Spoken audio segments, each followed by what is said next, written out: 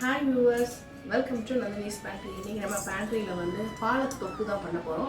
இது சாதத்தில் பிசைஞ்சு சாப்பிடலாம். சூப்பர் டேஸ்ட்டாக இருக்கும். குயிக்காக பண்ணிடலாம். வாங்க அதை குயிக்காக பார்க்கலாம். இதுக்கு நல்லா ஒரு கட்டு பாலக்கை வந்து நல்லா வாஷ் பண்ணி எடுத்து வச்சுருக்கேன். இதை வந்து கொஞ்சம் குட்டி குட்டியாக கட் பண்ணிக்கணும்.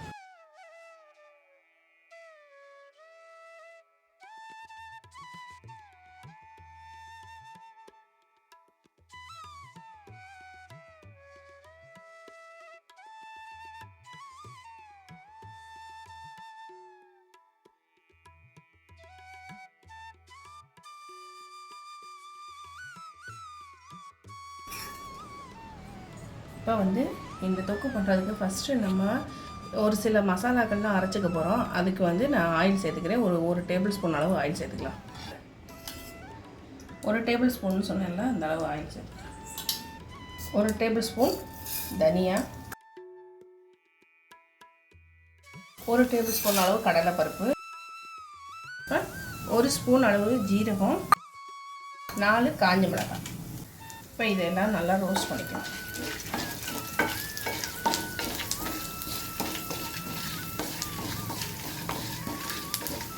இதை வந்து நம்ம ஃபஸ்ட்டு கோர்ஸாக அரைச்சிக்கலாம்.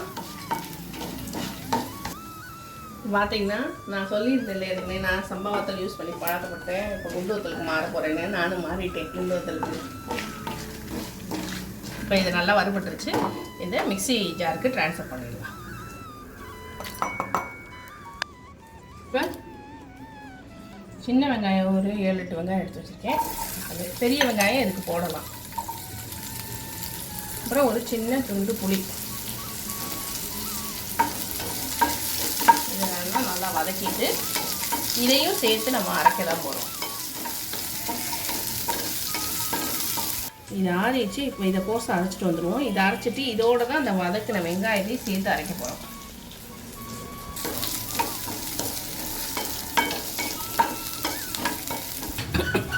இப்போ இதோட இந்த வதங்கின வெங்காயம் போதும். இந்த அளவு வதங்கினா போதும்.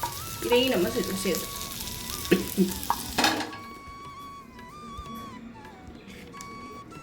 பார்த்திங்கன்னா கொஞ்சம் ஒன்றும் பாதியமாக இருக்குது. இப்படி அரைச்சாலே போதும். நல்லா டேஸ்ட்டாக இருக்கும். இதையும் நம்ம வந்து அந்த கீரையில் தான் சேர்க்க போகிறோம். அதே பேனில் ஒரு 2 ஸ்பூன் எண்ணெய், அந்த பாலக்கை நம்ம வந்து வதக்க போகிறோம் தாளித்து. இந்த டிஷ்ஷுக்கு பார்த்திங்கன்னா தக்காளி தேவையில்லை. இப்போ எண்ணெய் சூடாயிடுச்சு. கடுகு, கடலைப்பருப்பு, அப்புறம் ஜீரகம், கருவேப்பிலை. கொஞ்சம் கடுகு வெடிக்கட்டும். கொஞ்சம் பெருங்காயம் சேர்த்துக்கலாம். இதில் வந்து பூண்டு போட போகிறேன். ஒரு 4-5 பல் பூண்டு நறுக்கி வச்சுருக்கேன் நான். அதையும் இதில் சேர்த்துக்கலாம். பெருங்காயம் வந்து ஆப்ஷனல் தான். விருப்பம் இருக்கிறவங்க சேர்த்துக்கோங்க. இதில் கொஞ்சம் நல்லா வறுபடட்டும். இது நல்லா வறுபட்டுருச்சு. இப்போ நறுக்கி வச்சுருக்க பாலக்கை இதில் சேர்த்துக்கலாம்.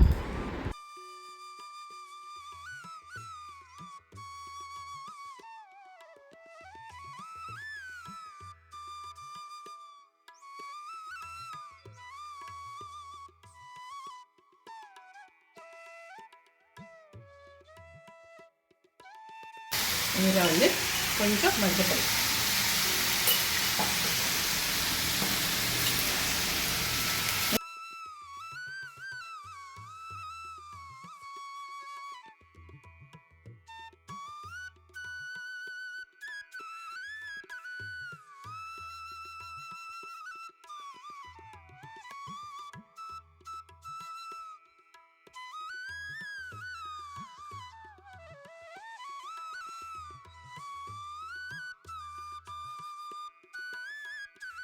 மிளகா வத்தல் பொடி இதுக்கு போடணுன்னா போட்டுக்கலாம். ஆனால் அது வந்து கட்டாயம் கிடையாது. விருப்பப்படுறவங்க போட்டுக்கோங்க. அது வந்து காஷ்மீரி சில்லி கலர் கொடுக்கும், அவ்வளோதானே ஒழிய ரொம்ப பேக்கடு ஐட்டமாக வர்ற அந்த பொடி வகைகள்லாம் நம்ம வந்து யூஸ் பண்ணுறதை கொஞ்சம் குறைச்சிக்கணும். மேக்ஸிமம் வீட்லேயே எல்லாம் ரெடி பண்ணி வச்சுக்கணும். இது கொஞ்சம் நல்லா வேகட்டும். இதுக்கு அளவாக கொஞ்சம் உப்பு சேர்த்துக்கலாம். ஏற்கனவே நம்ம அந்த பொடியில் உப்பு இந்த அரைச்சி வச்சுருக்கோம்ல, இதில் நம்ம எதுவுமே உப்பு சேர்க்கலை. அதனால் இது ரெண்டுக்கு சேர்த்த மாதிரி நம்ம உப்பு அளவாக சேர்த்துக்கணும். தேவைன்னா உப்பு எக்ஸ்ட்ரா போட்டுக்கலாம். கலந்து விட்டுருவோம்.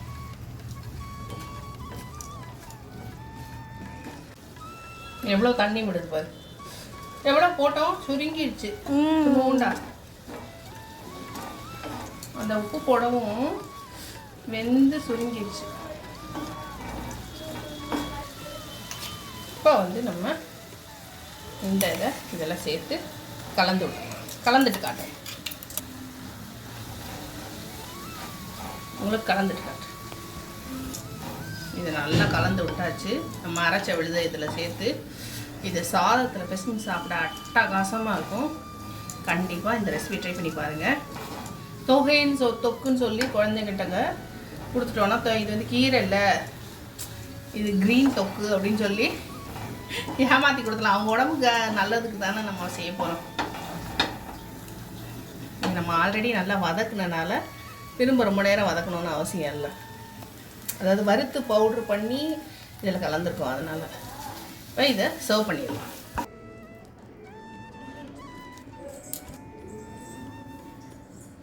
இந்த எம்மியான ஹெல்த்தியான ரெசிபி உங்களுக்கு கண்டிப்பாக பிடிச்சிருக்குன்னு நம்புறேன். வீடியோ பிடிச்சிருந்ததுன்னா லைக் பண்ண மறந்துடாதீங்க. மறக்காமல் நந்தினி ஸ்பேண்டை சப்ஸ்கிரைப் பண்ணிடுங்க. உங்கள் ஃப்ரெண்ட்ஸ் அண்ட் ஃபேமிலிக்கு ஷேர் பண்ணுங்கள். தேங்க்ஸ் ஃபார் வாட்சிங். Bye bye. டேஸ்ட் பண்ணி பார்த்துருவோம். பின்னாடி ஒரே சவுண்டு, அதனால தான் இங்கே வந்துட்டோம்.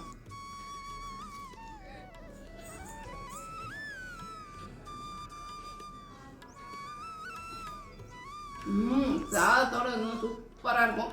நல்லா இருக்குது, காரசாரமாக நல்லா இருக்கும். கண்டிப்பாக ட்ரை பண்ணி பாருங்கள். பாய்.